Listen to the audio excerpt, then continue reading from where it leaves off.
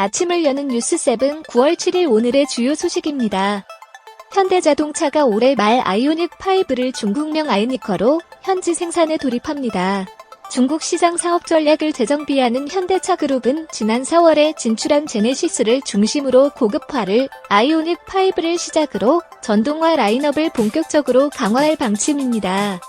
6일 자동차 업계에 따르면 현대차, 기아는 아이오닉5, EV6를 시작으로 중국 현지에서 2030년까지 총 21개의 전동화 라인업을 갖춰 중국 전기차 시장을 공략하겠다는 계획을 세웠습니다. 이번 아이오닉5부터는 중국 업체 배터리를 탑재해 중국 정부의 보조금 혜택을 볼 수 있게 됐습니다. 중국 시장 포지셔닝이 기존 가성비를 앞세운 중저가 모델에서 프리미엄으로 무게중심을 옮기고 있는 것도 호재입니다. 현대차그룹 금융 계열사인 현대카드, 현대캐피탈, 현대커머셜 등 3개사 대표이사를 맡는 정태영 부회장이 현대캐피탈 대표이사직을 내려놓습니다. 6일 금융권 등에 따르면 정 부회장은 이달 예정된 현대캐피탈 이사회에서 대표직 사임을 공식 발표할 것으로 전해졌습니다. 정 부회장의 이번 결단에 대해 업계에서는 현대캐피탈이 미래 모빌리티 사업 전환에 대비해 모기업 완성차 부문과의 시너지를 강화하기 위한 포석으로 해석하는 시각이 우세합니다. 반면 정 부회장은 현대카드와 현대커머셜 성장에 집중할 것이라는 관측이 제기되고 있습니다. 국내 제3호 인터넷 전문은행 토스뱅크가 다음 달 공식 출범합니다.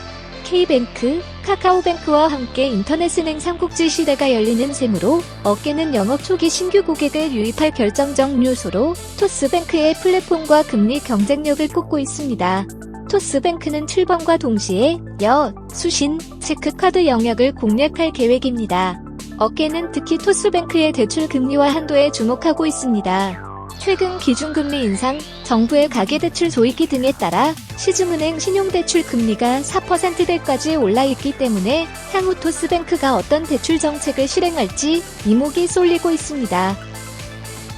가계대출 관리 수위를 역대급으로 올린 금융당국 압박에 KB국민은행과 신한은행 등 리딩뱅크들도 수신 상품에 이어 대출금리를 잇따라 인상한 것으로 나타났습니다. 다른 시중은행들이 신규 대출 중단에 나서면서 관련 수요가 리딩뱅크에 몰리는 풍선 효과를 막으려는 조처로 업계는 당분간 금리 인상이 지속될 전망을 내놓고 있습니다. 국민은행과 신한은행은 실수요자로 분류되는 주택담보, 전세자금 대출 차주금리를 각각 조정하는 방식을 적용 중입니다. 가상금리를 높이거나 우대금리를 낮춰 당국이 요구하는 가계대출 총량 관리에 나선다는 입장입니다. 고승범 신임 금융위원장은 최우선 금융정책 방향으로 더 강한 가계대출 규제를 강조한 만큼 은행권의 금리 인상 속도는 갈수록 더 빨라질 것이라는 예상이 지배적입니다. 신세계그룹 스타필드 청라가 동부장과 연계건설 등으로 당초 계획보다 확대될 가능성이 높아졌습니다. 당초 스타필드 청라 완공 목표 시점은 올해였지만 사업계획 수립, 허가 지연 등으로 완공이 2024년경으로 예상되면서 아예 계획을 다시 세우는 쪽으로 가닥을 잡은 것으로 보입니다. 이에 복합몰과 야구장 연계 건설 방안 등을 타진 중인 것으로 전해지고 있습니다.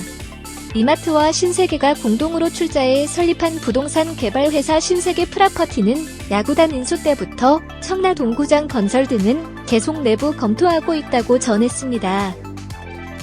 한국제약바이오협회는 국내 제약바이오 기업을 대상으로 신약 파이프라인과 라이선스 이전 사례에 대한 조사를 진행한 결과 193개사에서 1477개의 신약 파이프라인을 보유 중인 것으로 나타났다고 6일 밝혔습니다. 합성 신약이 599개로 가장 많았고 바이오 신약 540개, 기타 338개 순이었습니다. 임상 단계에서는 임상 3상의 증가세가 가장 가파른 것으로 나타났습니다.